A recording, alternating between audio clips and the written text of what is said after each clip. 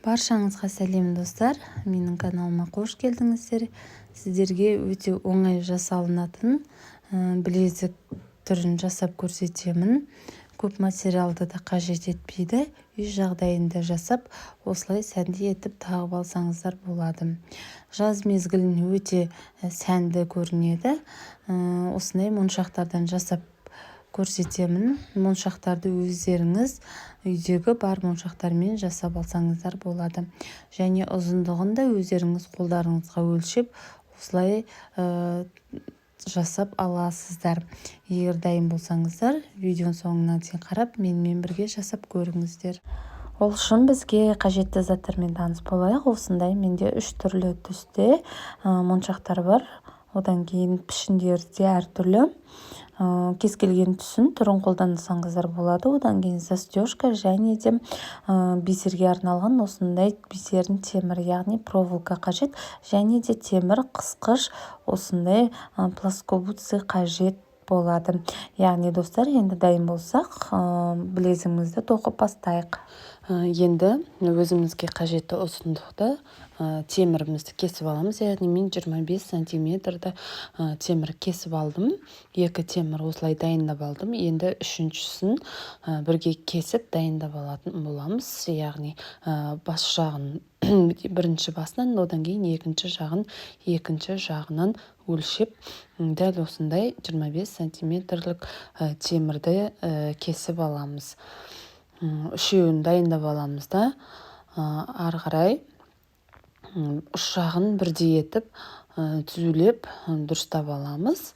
Одан кейін темір қысқыштың көмегімен бас жағын түзетеміз де, ары қарай төменге қарай бағыттап, кішкене бас жағынан кішкене ғана темір қалдырып, осылай төменге қарай бағыттап домалақ шығарып аламыз. Негізінде бір ғана темірден жасауға болатын еді. Мен 3 темірді де бірге қосып майыстырып алдым. Бір темірмен майыстырып алсаңыздар әдемірек көрінеді. Мен осылай 3 темірмен жасап көруді шештім, бірақ өте қалың көрінеді.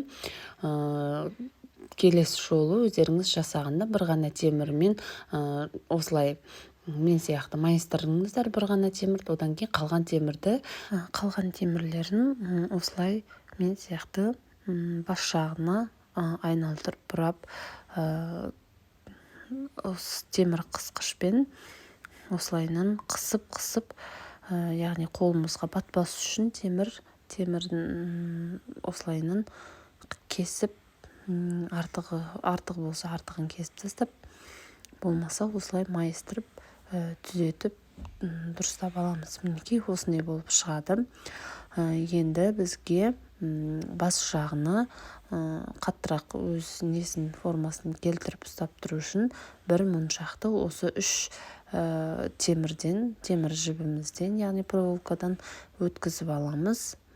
Бас жағына дейін апарамыз. Үшеуін бірден осы моншақтан өткізіп аламыз. Міне 3 темірден де өткізіп алдым. Бас жағына қарай алып келдім. Енді 3 темірімізді осылай ашып аламыз. Одан кейін 3 жақ, яғни тек 2 шетіне ғана моншақты салып отырамыз. Қазір мен моншақтарымды осылай дайындап аламын барлығын. Айта кететін болсам, тағы да кез келген моншақ түрін және түсінде өздеріңіз таңдап аласыздар. Ең алдымен мен осы 2 моншақты, яғни 2 басынан 2 моншақты саламын. Тек қана 2 шетіндегі ғана темірден өткіземіз, ортасындағы темірден моншақ өткізбейміз. Міне осылай жоғары қарай орнына алып келемін да. Енді шаш өріміз секілді қаттырақ ұстап тұрып, осылай шаш өріміз сияқты өріп аламын. Енді ары қарай тағы да екі жақтағы 2 шеттегі, яғни темірге 2 моншақты саламыз, яғни бір-бірден. Ортасындағы темірге моншақ салынбайды.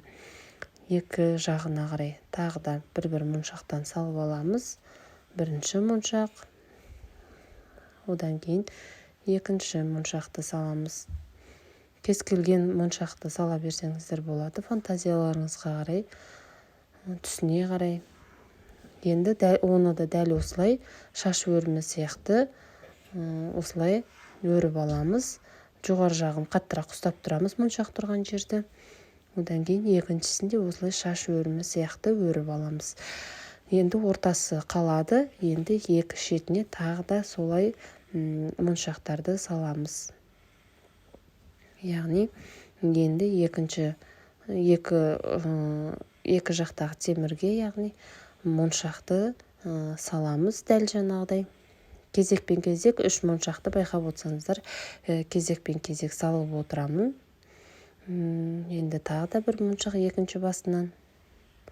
Сіздерге түсінікті болды деген ойдамын. Дәл осылай енді өріп бастаймыз. Ортасындағысына салмаймыз, яғни темірге моншақ. Одан кейін екінші жағын осылай өреміз. Ал достар, мінекей осылай өзімізге қажетті ұзындықта өріп аламыз моншақтарымызды. Қолымызға өлшеп, өзімізге қажетті ұзындықта жеткен кезде тоқтатып, ары қарай мен сіздерге застежканы қалай тағу кереккен көрсетемін. Осылайынан мен сияқты екі жағына, екі темірдің екі жағына ғана моншақ салып, өріп жалғастыра бересіздер.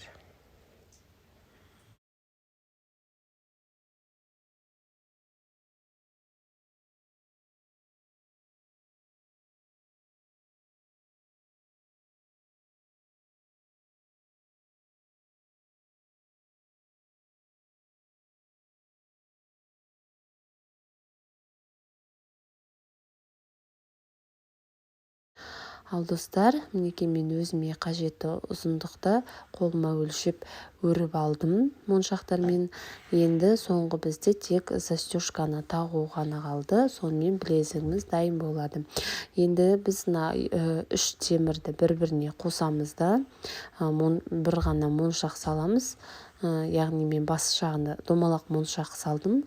Сол домалақ моншақты қайтадан осы 3 темірден бірге өткіземіз. Бас жағын моншақтарым шығып кетпесін осылай кішкене бұрап аламын. Енді көк моншақтан осылай 3 темірден өткізіп аламын.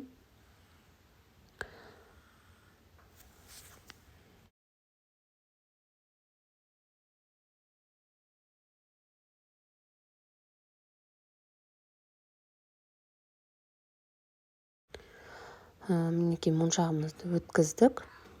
Енді тек застежкамызды ғана тағу қалды. Ол застежканы да осы 3 темірден осылайынан мен сияқты өткізіп аласыздар. 3 темірден бірдей өткізіп аламыз. Жақындатып моншағымызға кішкене өзін реттеп, дұрыстап, формасын келгенше дұрыстап аламыз. Одан кейін темір қысқышты алып, ішке қарай жаңағыдай алдындағы бас жағында көрсеткендегідей домалақ етіп майыстырамыз ішке қарай. Қаттырақ майыстырамыз.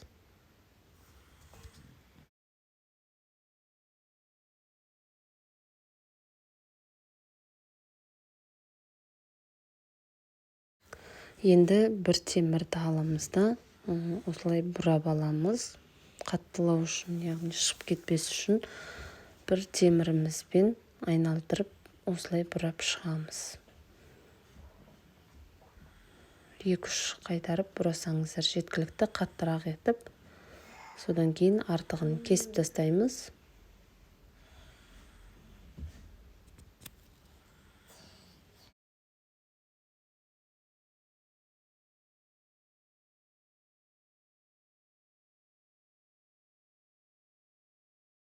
Енді артық қалған 2 темірді темір қысқышпен осылай кесіп тастаймыз.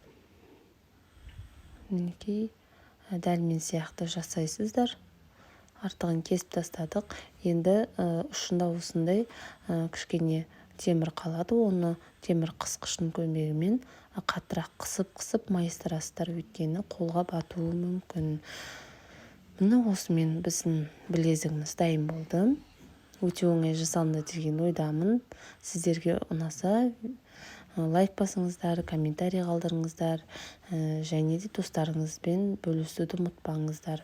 Жаз мезгіліне таптырмайтын сыйлық өз қолдарыңызбен жасап беріңіздер.